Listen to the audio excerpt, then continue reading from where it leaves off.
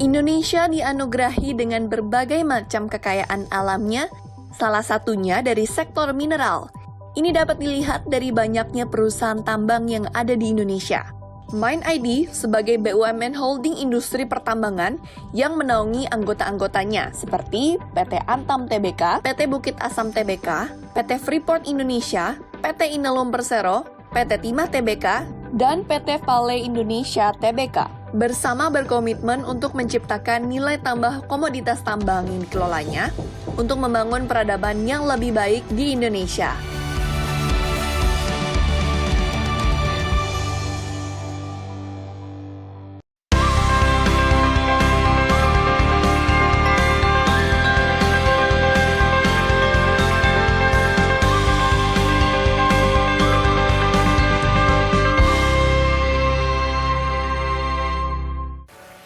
Memaksimalkan hasil tambang yang ada di Indonesia, pemerintah berusaha mencanangkan hilirisasi. Dalam perjalanan kali ini, kita akan melihat lebih dekat seperti apa proses hilirisasi dan kenapa hilirisasi itu penting bagi Indonesia.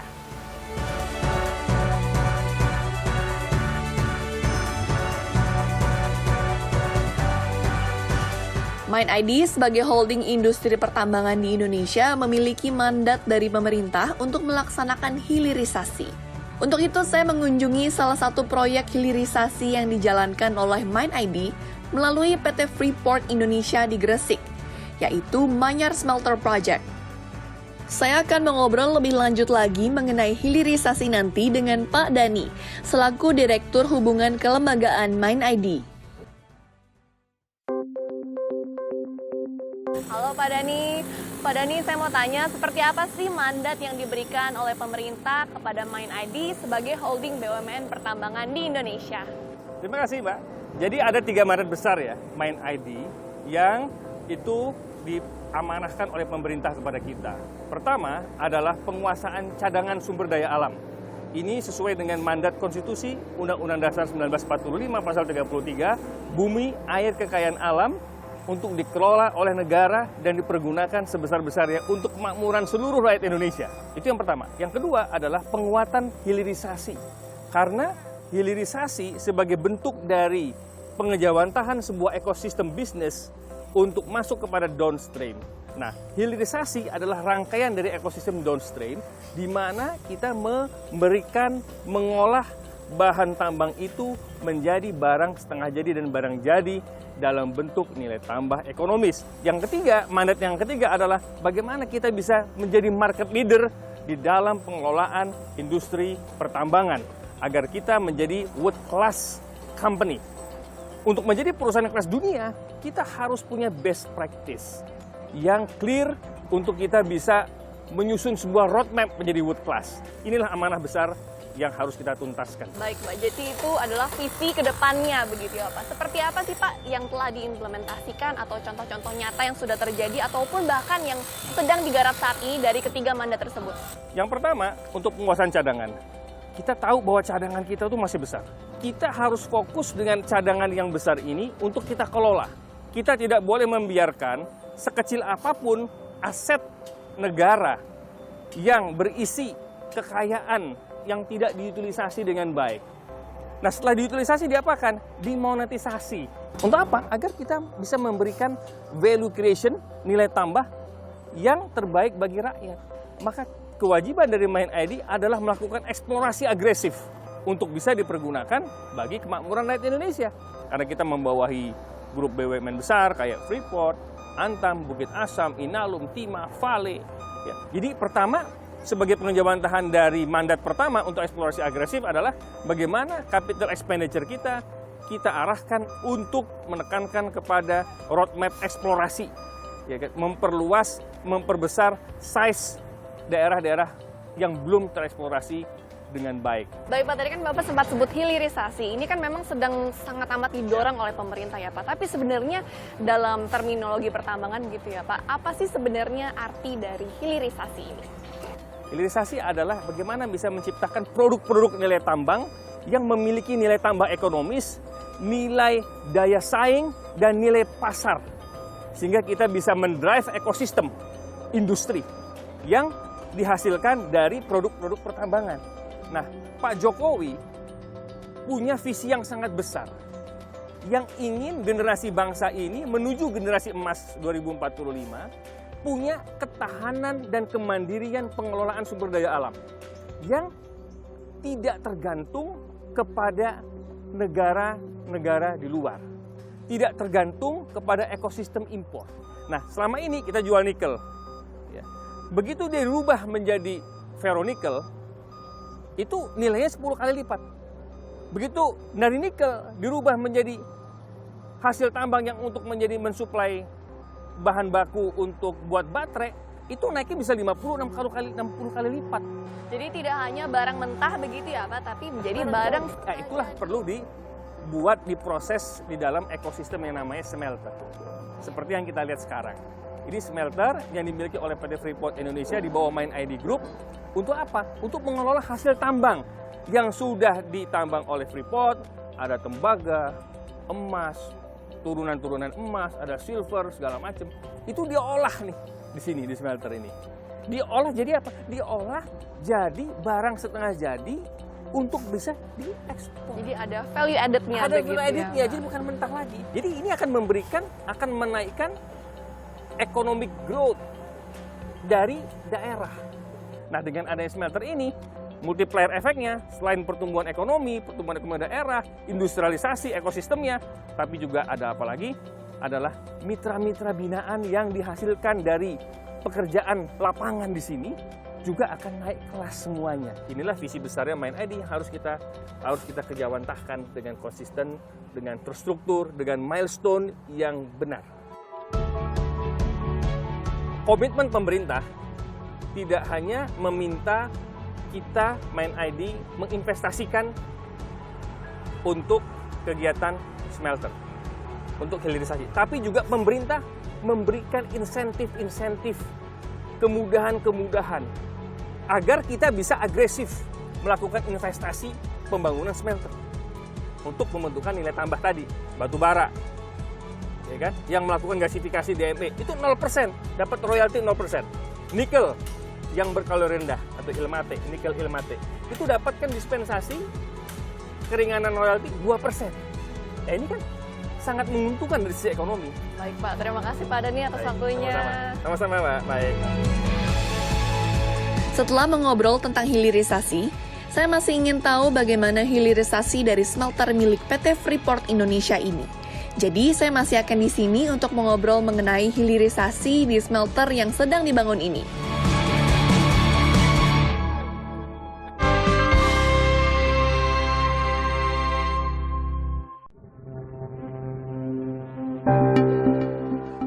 Selain di Gresik, Mind ID sudah memiliki beberapa smelter, seperti yang dimiliki PT Timah Tbk, PT Vale Indonesia Tbk, dan PT Inalum Persero. Dan masing-masing smelter ini mengolah hasil tambang yang berbeda. Untuk memperluas hilirisasi, PT Freeport Indonesia membangun smelter baru di Gresik yang akan membantu meningkatkan produksi tembaga PT Freeport Indonesia yang sebelumnya hanya di PT Smelting dengan membangun Manyar Smelter Project. Sebelum melihat progres dari pembangunan Manyar Smelter Project, saya akan bertemu dengan Pak Jan Pino selaku Wakil Presiden Direktur dari PT Freeport Indonesia. Saya ingin tahu bagaimana produksi tembaga yang ada di sini. Baik Pak Jan, halo, saya mau tanya-tanya seperti apa sih Pak sejarah smelter di Freeport Indonesia ini? Baik, berdasarkan kontrak karya tahun 91, PT Freeport Indonesia diwajibkan untuk membangun fasilitas pemurnian tembaga. Oleh karena itu PT FI bersama dengan investor Jepang, yaitu Mitsubishi Material Corporation dan mitranya, bekerja sama mendirikan PT Smelting. Pada awalnya Freeport memiliki saham sekitar 25%, dan saat ini kepemilikan sahamnya sudah naik menjadi 39%. Dan smelter ini sudah dibangun tahun 96 dan diselesaikan pada tahun 98. Saat ini kita berada di Manyar Smelter Project di kawasan ekonomi khusus JIPE di Gresik, Jawa Timur. Pembangunan Manyar Smelter ini merupakan wujud komitmen PT FI dalam mendukung kebijakan hilirisasi pemerintah sesuai amanah yang tertuang dalam UPK. Terdapat salah satu poin yaitu PT FI berkewajiban membangun smelter baru agar seluruh konsentrat tembaga PT FI dapat dimurnikan di dalam negeri. Tembaga ini merupakan komoditas masa depan karena kegiatan dekarbonisasi untuk mengurangi emisi karbon memerlukan bahan baku tembaga. Contohnya mobil listrik memerlukan kabel tembaga untuk menghantarkan listrik dan jumlah pemakaian tembaga ini 4-5 kali lebih banyak dibandingkan mobil berbahan bakar minyak bumi. Sehingga prospek tembaga ini sangat menjanjikan di masa depan. Nah, produk-produk akhirnya itu seperti apa sih Pak contohnya? Pastinya ini dekat dong dengan kehidupan kita sehari-hari. Ya, produk dari PT Smelting ini adalah katoda tembaga. Katoda tembaga ini adalah produk jadi yang siap dipakai oleh industri manufaktur untuk menghasilkan berbagai macam produk. Contohnya kabel listrik, ya, kemudian pipa tembaga yang kita temukan pada produk AC dan berbagai produk lainnya. Untuk penyerapan dari produk akhirnya ini apakah diserap oleh domestik atau diekspor juga Pak? Kalau dari produksi PT Smelting, kurang lebih 50%-nya diserap oleh pasar domestik atau kurang lebih 150.000 ton setahun, dan sisanya itu diekspor oleh PT Smelting ke luar negeri. Berarti ekspor juga gitu ya Pak? Betul. Dan ini sangat bagus ya karena menambahkan value added, kita proses sendiri menjadi produk akhir dan diserap oleh luar negeri begitu ya Pak? Betul. Setelah mengetahui bagaimana produksi tembaga di PT Freeport Indonesia, saya akan bertemu dengan Mbak Yoga untuk mengobrol lebih lanjut bagaimana progres dari pembangunan Manyar Smelter Project ini.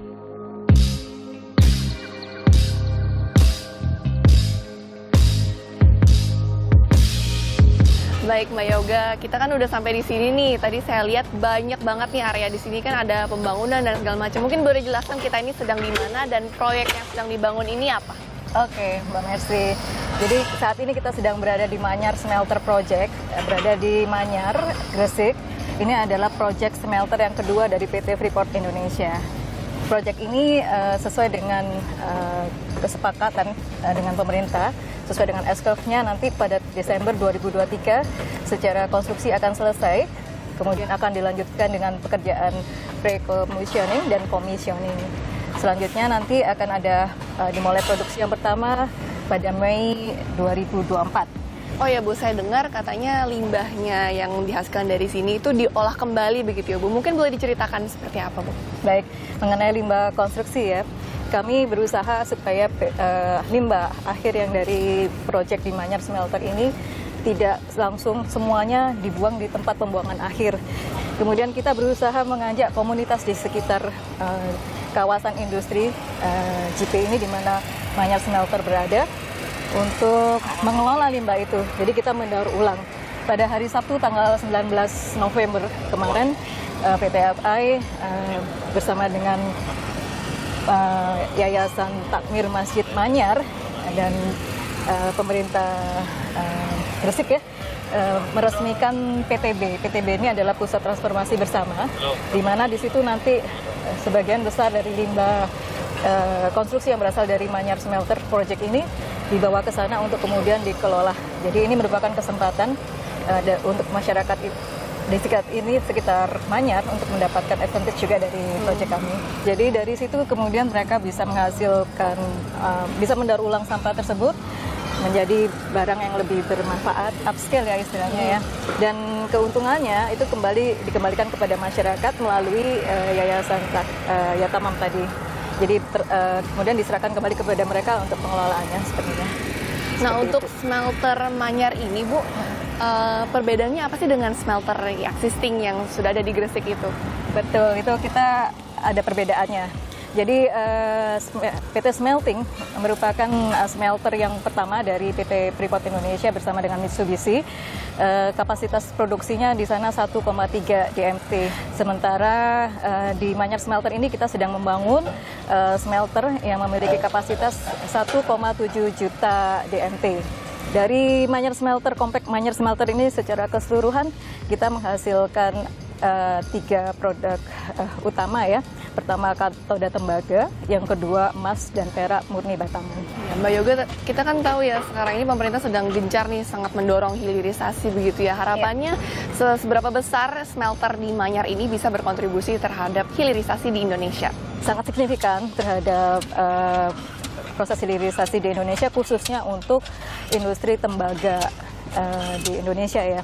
Dengan adanya Manyar Smelter yang sedang kita bangun, ditambah dengan perluasan dari PT Smelting sehingga kapasitasnya menjadi besar, maka seluruh produksi tembaga, katoda tembaga dari konsentrat tembaga dari PT Freeport Indonesia akan diolah di dalam negeri.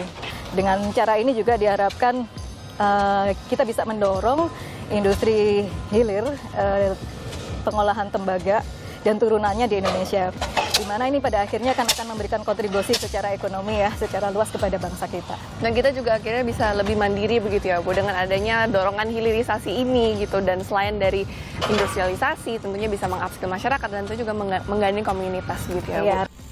Dengan pembangunan smelter di Gresik ini memperlihatkan keseriusan Indonesia dalam melakukan hilirisasi sumber daya mineral, supaya kita pada akhirnya dapat berdiri sendiri dalam mengolah kekayaan mineral kita. Setelah ini saya akan mengunjungi kantor Mind ID di Jakarta. Saya ingin melihat bagaimana suasana kantor dari perusahaan holding industri BUMN ini dan mengobrol lebih lanjut dengan Pak Dhani.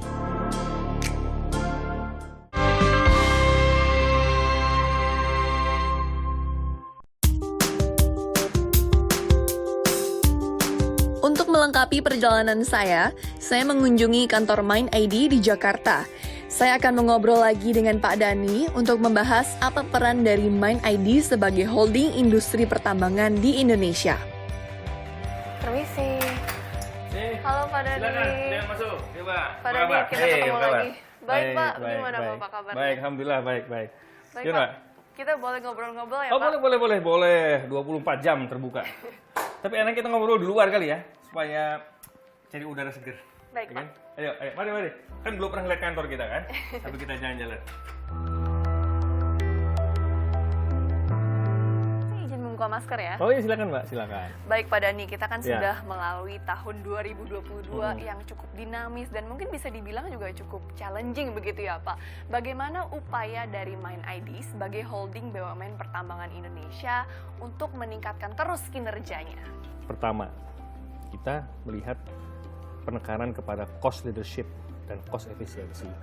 Karena proses bisnis kita, baik itu di dalam upstream, midstream, dan downstream, kita perlu meningkatkan produktivitas dan cost leadership. Sehingga proses bisnis kita itu bisa mencapai skala ekonomis yang terbaik. Dan bisnis pertambangan ini adalah bisnis yang kaya teknologi. Sehingga dengan teknologi eksplorasi yang kita miliki, kita harus bisa melakukan restrukturisasi biaya sebaik mungkin agar skala ekonomis tercapai. Yang kedua adalah bagaimana kita bisa menguasai cadangan dengan sebanyak-banyaknya untuk kita kelola. Nah, saat ini cadangan kita masih sangat besar. Apakah itu timah, batu bara, nikel, emas, bauksit. Cadangan kita luar biasa karena Indonesia ini sangat kaya terhadap cadangan sumber daya alam. Dan makanya memang PR, meskipun PR-nya ini adalah good problem dari Mind ID tersebut, di tahun 2023 ini lumayan banyak begitu ya? Betul, 2023 lumayan banyak. Samping tadi saya bilang cost efisiensi, teknologi, cost structure kita sendiri, dan juga gimana caranya kita bisa secara agresif melakukan eksplorasi cadangan-cadangan kita. Nah, ini kan perlu tidak hanya teknologi, tidak hanya sumber daya alam yang tersedia, tapi perlu manusia-manusianya. Kita punya teknologi, punya sumber daya alam, kalau manusianya tidak unggul, tidak handal gimana? Nah, makanya di Human Capital Mind ID secara grup, kita punya roadmap dengan membuat master plan yang digunakan untuk menyusun kesiapan talent-talent kita. Ada yang core business, ada yang supporting, agar mereka bisa mengejar kebutuhan eksplorasi agresif yang diselaraskan dengan kesiapan sumber daya manusianya. Ini yang saya sebut dengan transformasi proses bisnis dan transformasi pengelolaan sumber daya manusia dan sumber daya alam. Mbak Mercy, kayaknya kita lebih enak cari tempat lain ya, sambil kita lihat-lihat kantor, kita refreshing, kita ngopi-ngopi. Baik, Ya Pak, kan? yuk. Santai aja. Ya.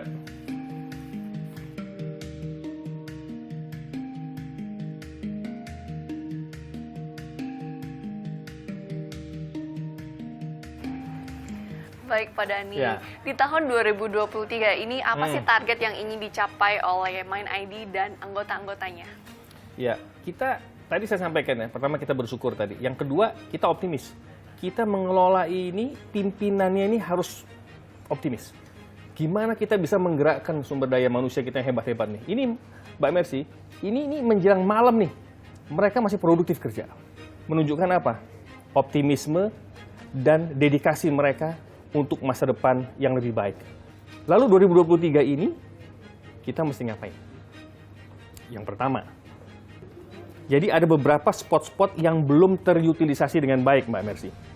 Nah, itu perlu kita buat roadmap eksplorasinya lebih detail lagi, lebih mendalam lagi kajian-kajian eksplorasi kita untuk melihat spot-spot mana yang paling ekonomis dan memberikan nilai tambah dengan cepat. Karena kita bermainnya dengan waktu. Nah, dari situ yang kedua, bisnis hilirisasi downstream-nya ini harus kita fokuskan juga kepada smelter-smelter yang juga cepat memberikan nilai tambah. Yang ketiga gimana? Nah, yang ketiga, gimana caranya kita membangun kapabilitas organisasi yang unggul. Organisasi korporasi yang unggul adalah organisasi yang paling efisien. Kalau dia efisien, makanya kalau dia efisien, insya Allah dia produktif. Karena indeks produktivitas sebuah korporasi ditentukan dalam skala ekonomisnya perusahaan itu untuk melakukan restrukturisasi organisasinya. Nah, Mbak Mercy, dari ini tenggorokan udah mulai kering nih, Mbak. Udah mulai kering, kita lihat ruangan yang lain, kita ngopi-ngopi. Di sini ada kopi enak, Coffee Latte yang Mind ID. Paten. Saya mau coba. Kita coba, oke.